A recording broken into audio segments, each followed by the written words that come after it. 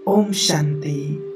अगर हमारे घर में धन की कमी रहती है, कई बार ऐसा होता है कि हम बहुत मेहनत कर रहे हैं, फिर भी घर में पर्याप्त धन नहीं आ रहा है, तो हम ऐसे कौन से उपाय अपनाएं जिससे हमारे घर में धन की सदा ही बरकत रहे, या कहें कि हमारे भंडारे सदा ही भरपूर रहें। तो आज हम सिर्फ और सिर्फ उन्हीं उपायों को बतलाएंगे, या आज आप वही उपाय आपके साथ शेयर किए जाएंगे जो कई आत्माओं ने प्रैक्टिकल करके देखा है और उनको सचमुच बहुत सुंदर रिजल्ट्स मिले हैं। तो सबसे पहले बात करते हैं, तो परमपिता परमात्मा एक हमें बहुत सुंदर बात समझाते हैं कि हमारे संकल्पों से ही हमारी सृष्टि की रचना होती है। तो कई बार जाने अनजाने में जब हमारे पास पर्याप्त धन नहीं होता, या ऐसा कहें कि धन की कमी होती है, तो हमारे मुख पर बार-बार ये शब्द आते हैं कि मेरे पास तो पैसे ही नहीं हैं, मैं तो बहुत गरीब हूँ, मेरे पास तो धन की बहुत कमी है। ये शब्द हम जाने अनजाने में कई बार उच्चारण करते हैं और लगभग घर का हर व्यक्ति इन शब्दों को यूज़ करता है। और परमपिता परमात्मा कहते हैं कि शब्दों की तो क्या, संकल्पों से ही हमारी सृष्टि पर बहुत-बहुत इफ़ेक्ट पड़ता है। तो हमें कभी संकल्पों में भी ये चीज़ें लानी नहीं होती हैं। जिन चीज़ों को हम बार-बार दोहराते हैं, तो वही लॉ ऑफ अट्रैक्शन तो काम करेगा, वही संकल्प कई गुना होकर हमारे पास वापस लौटते हैं। तो इसका हम बहुत सुंदर सा एक प्रैक्टिकल अनुभव आपको बताते हैं कि एक बहुत बाबा को दिल और जान से प्यार करने वाली माता, जो बहुत दिल से बाबा के घर की सेवा भी करती, बाबा को बहुत प्यार भी करती है।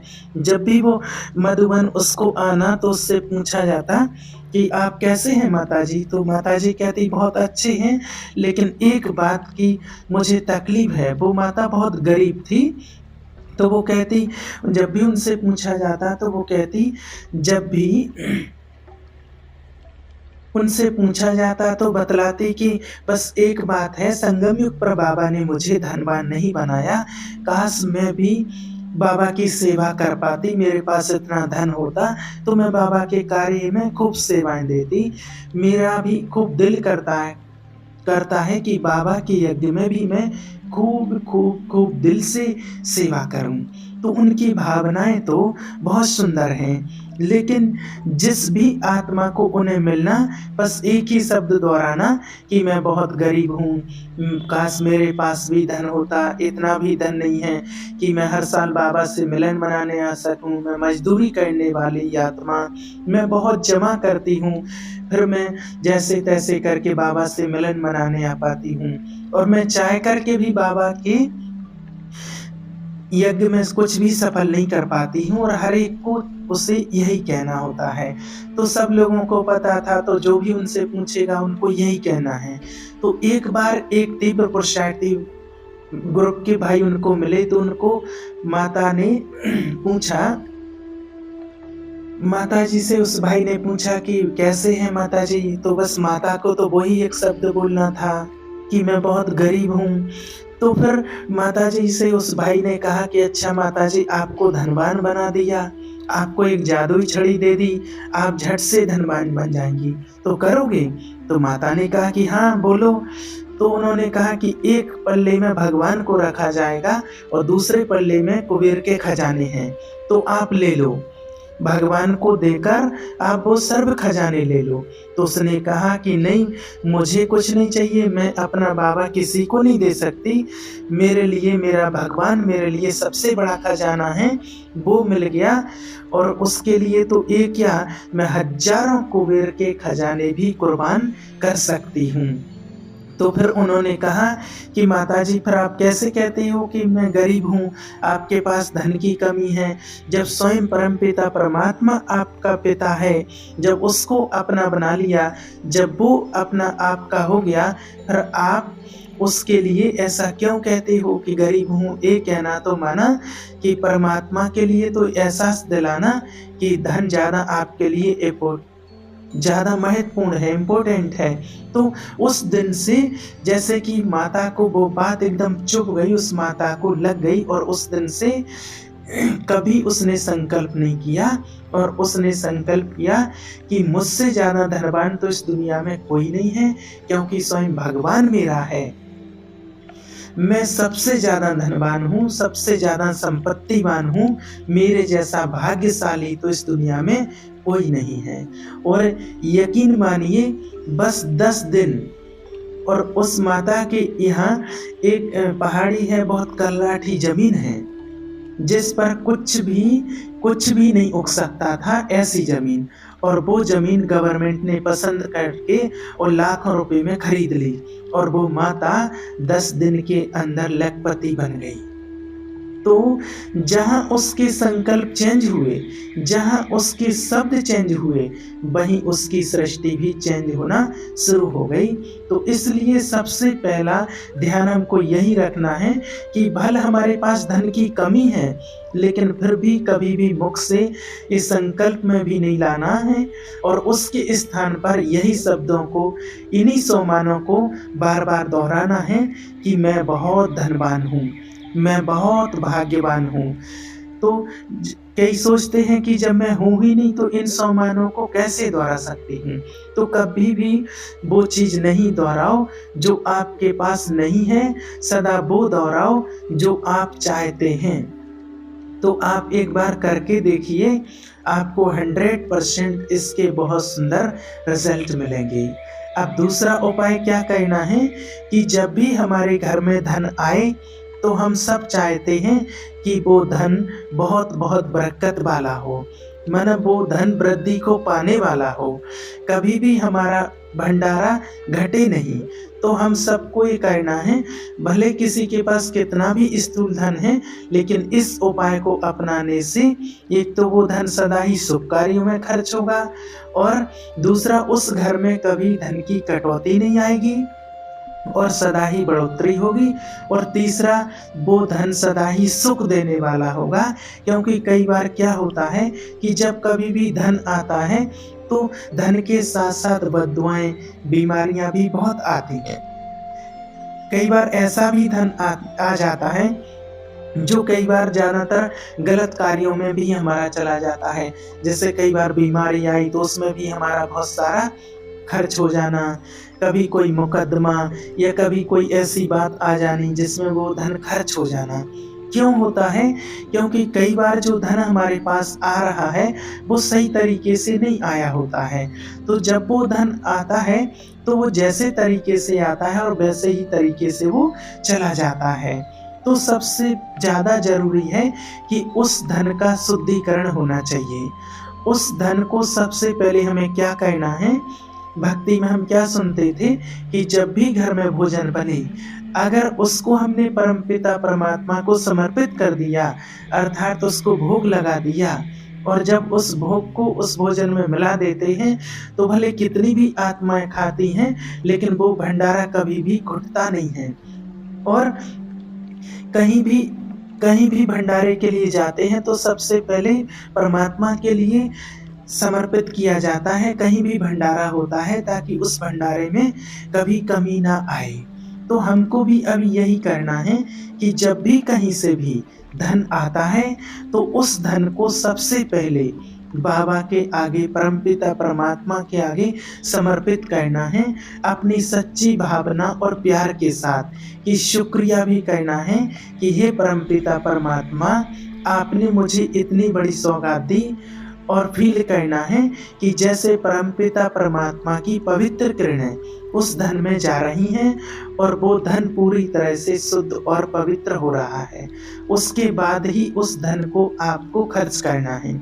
ऐसा करने से देखना वो धन बहुत बरकत वाला भी होगा, और उस धन का सदा वो धन शुभ कार्य होंगे, वो शुभ कार्यों में लगेगा, अच्छी जगह वो धन खर्च होगा, जिससे आपका भाग्य बनेगा, जिससे ना कि आपके उससे कर्म भोग भी चुकते होंगे। तो आपको एक कार्य भी करना है, भले आपके पास कितना भी धन है, आप एक बार करके देखेंगे तो आप देखेंगे कि आपको इसके बहुत सुंदर रिजल्ट्स मिलेंगे। और तीसरा उपाय हम क्या कर सकते हैं कि जब भी हमारे पास धन आएगा तो हम उसको कुछ हिस्सों में बांटेंगे, और ये ज़रूरी नहीं है कि सभी हिस्से हमें बराबर ही करनी है। आप अपनी आवश्यकता के अनुसार, अपनी भावना के अनुसार उसको कम या ज़्यादा कर सकते हैं। तो जब भी धन आएगा तो सबसे पहला हिस्सा हमें निकालना है परमपिता परमात्मा के नाम से। अर्थात जहाँ भी परमपिता परमात्मा का शुभ कार्य होता है, तो उस धन के हिस्से को हमें उन्हीं कार्यों में खर्च करना है। और उस धन का दूसरा हिस्सा निकालना है स्वयं के लिए। जो भी मेरी ज़रूरतें हैं, मुझे अपनी पालना के लिए जो भी चीज़ें चाहिए, तो उनकी आवश्यकताओं को पूर्ण करने के लिए उस धन के हिस्से को रखना है। और तीसरा हिस्सा निकालना है उन सभी आत्माओं के लिए जिनकी पालना की ज़िम्मेवारी मुझ पर है, जिनकी पालना की मैं निमित्त हूँ। अर्थात वो मेरे परिवार के जो भी सदस्य हैं, जिनकी पालना की ज़िम्मेवारी परमपिता परमात्मा ने मुझे दी है, तो उन सब की ज़रूरतों और आवश्यकताओं को पूरा करने के लिए उस धन का तीसरा हिस्सा रखना है। और चौथा हिस्सा रखना है कि जो भी धन आएगा उसमें से कुछ ना कुछ ज़रूर बचाना है अपने आई विल के लिए। आप चाहें तो उसे आप किसी बैंक में डिपॉज़िट करा सकते या अपने पास जमा करके रख सकते हैं, ताकि जब भी आपको कभी ज़रूरत पड़े तो उस समय आप उस धन को यूज़ कर सकें। और अगर आपके पास बहुत परमात्मा ने दिया है, माने ज़रूरत से अधिक धन है, आपके पास पर्याप्त धन है, तो आप उसमें से एक और पाँचवाँ हिस्सा भी निकाल सकते हैं। वो हिस्सा होगा अन्य आत्माओं की सेवा के लिए। वो आत्माएँ जिनको पर्याप्त भोजन नहीं मिल पाता है, या जो बीमार हैं परंतु उनको उनके पास इलाज के लिए पैसे नहीं हैं। उन सभी जानवरों के लिए जिनको अपने खाने के लिए दर-दर भटकना पड़ता है। बहुत सारी आत्माओं की मदद के लिए भी आप उसमें से एक हिस्सा निकाल सकते हैं। अब आप कहेंगे कि हमारे पास तो इतना धन ही नहीं होता है कि हम अपनी ज़रूरतों को पूरा कर सकें, अपने परिवार का ही अच्छे से पालन कर सकें, तो हम ऐसे 5 हिस्सों में भले ही कैसे बाँट सकते हैं। परंतु हम आपको एक बात कहना चाहते हैं कि हमने शुरू में भी कहा कि ये ज़रूरी नहीं है कि आप पाँचों हिस्से बराबर रखें, चाहे कोई कितना हो, लेकिन कम से कम ₹1, ₹2, मतलब बहुत मिनिमम कम से कम तो निकाल सकते हैं ना। ये मायने नहीं रखता कि आपने कितना निकाला, ये मायने रखता है कि आपने किसको प्रथम स्थान दिया है, मतलब किन-किन चीज़ें की आपको ज़रूरत है। जैसे हमें लगता है कि हमें अपनी पालना करना, अपने परिवार की पालना करना, हमारे को लगता है कि बहुत ज़रूरी है। तो उसी प्रकार हमारे सभी विश्व के प्रति भी कोई ना कोई ज़िम्मेवारी है। परमपिता परमात्मा का भी शुक्रिया कहना हमारा फ़र्ज़ है। हमने भक्ति में भी सुना ना कि जहाँ सुदामा ने श्री कृष्ण के चने खाए, तो उसकी वजह से उसको दरिद्रता देखनी पड़ी।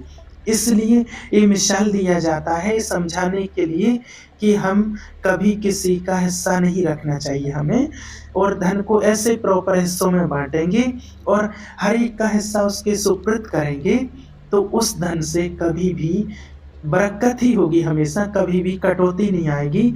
और सबसे बड़ी बात, कभी भी वो धन दुःख नहीं देगा, वो धन सदा ही सुख देगा, क्योंकि उसने बहुत सारी आत्माओं की और परमपिता परमात्मा की दुआएँ शामिल हो जाती हैं।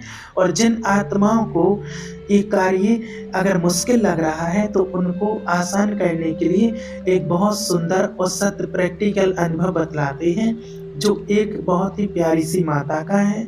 जो माता एक है वो बहुत ही प्यारी और लाडली है। एक माता है, माने कई ऐसे मिसाइल हैं, कई ऐसे उदाहरण हैं, जो माना बहुत कम करके भी, जिन लोगों के पास बहुत कम है, मज़दूरी करके, लोगों के घरों की सफाई करके और वो लाते हैं, और वो अपना हिस्सा ऐसे करते हैं, परमात्मा को अर्पित करते हैं, और फिर माना उनके घरों में भी कभी कोई कमी नहीं आई है। अगर आपके पास धन की कमी है तो कोई बात नहीं है, आप सिर्फ़ बाबा की भंडारी में ₹1 तो डाल सकते हैं ना, वो तो कोई बहुत बड़ी कीमत नहीं है, आप वो डालिए। कहीं भी अच्छी सेवा होती है, भंडारा किया जा रहा है, किसी गरीब को खिलाया जा रहा है, या हॉस्पिटल्स में जो भंडारियाँ बंधी होती हैं, भले आप कुछ भी कना-दाना भी डालिए, थोड़ा-सा डालिए, तो वो ₹1 कई गुना होकर के दुआओं सहित आपके पास लौट कर के आएगा और आपको खूब-खूब धन की बरकत देगा। और एक लास्ट तरीका कि अगर हम धन को चार्ज करें मेडिटेशन से, तो हम कैसे करते हैं, आप भले ही कुछ भी ले लीजिए अपने हाथ में, अपने धन में से ही आप चाहे ₹1 लीजिए, ₹10 लीजिए, चाहे ₹100 लीजिए। अभी हम प्रैक्टिकल करते हैं, आप उसको अपने हाथ पर रखिए और फ़ील कीजिए परमपिता परमात्मा को निमंत्रण देते हुए कि परमात्मा पिता मेरे सामने है, जगमगाता हुआ ज्योतिर्बिंदु जिससे पवित्रता की अनंत किरणें निकल रही हैं, और मैंने उस हाथ को जिसमें वो धन रखा है परमपिता परमात्मा के सामने रख दिया। आप फील कीजिए कि परमपिता परमात्मा की पवित्र किरणें उस धन पर जा रही हैं, और वो धन पवित्र हो रहा है, परमात्म शक्तियों से भर रहा है।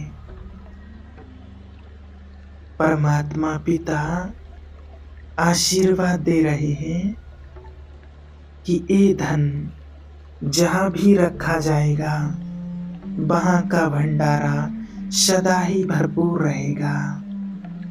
ये धन आप सबके लिए स्वास्थ्य, सुख, शांति और प्यार लेकर आएगा। ये धन सदा ही शुभ कार्यों में खर्च होगा।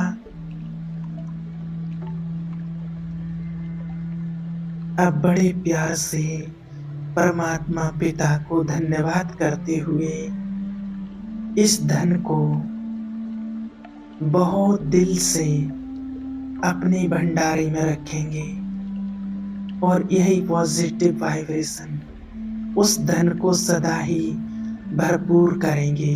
घर आपका सदा भरपूर रहेगा, शुभ कार्यों में खर्च होंगे। तो आशा करते हैं इन उपायों का आपको कुछ ना कुछ जरूर ही फायदा होगा। प्लीज आप एक बार इसको कर देखिए, अवश्य आपको लाभ होगा। और फिर भी अगर आपको कुछ पूछना है तो हमारे इस व्हाट्सएप नंबर पर या फिर आप कमेंट्स में जरूर पूछिए। हम अपनी तरफ से पूरी कोशिश करेंगे आपका दिन बहुत शुभ हो। आप सदा ही धन्य धन संपत्ति से संपन्न रहें। इसी शुभकामना के साथ ओम शांति।